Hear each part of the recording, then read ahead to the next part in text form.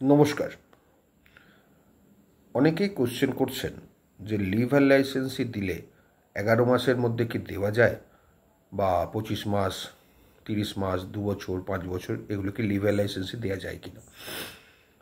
মানে liver licence বলতে limited right দেওয়া যায় কিনা for stay or for doing business. হ্যাঁ, দেওয়া যায়। আপনাকে লিভার লাইসেন্সের ক্ষেত্রে লাইসেন্স ফিসটা যদি আপনি রেসিডেন্সিয়ালের ক্ষেত্রে 7,000-এর উপর রাখেন এবং কমার্শিয়ালের ক্ষেত্রে 10,000-এর উপর রাখেন, সব থেকে সেফ আপনি দিতে পারেন, কোনো অসুবিধা নেই।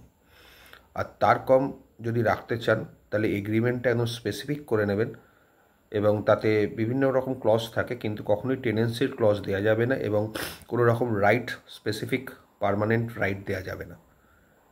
এই লিভার লাইসেন্স সম্বন্ধে আমার ডিটেলস ভিডিও আছে আমার ইউটিউব চ্যানেলে, আপনারা দেখে নিলে শিখতে পারবেন, জানতে পারবেন, বুঝতে পারবেন কখন কোথায় কি করতে হয় না করতে হয়।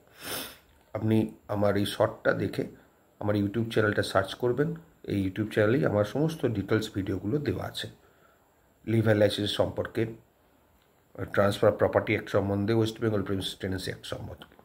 তাহলে আপনাদের ক্লিয়ার ধারণা হয়ে যাবে কোনটাতে কি হয়, কখন কি করতে হয়, কখন কি করতে হয় না। ভালো থাকবেন, চ্যানেলটি দেখে রাখুন, আপনাদের উপকারে লাগবে।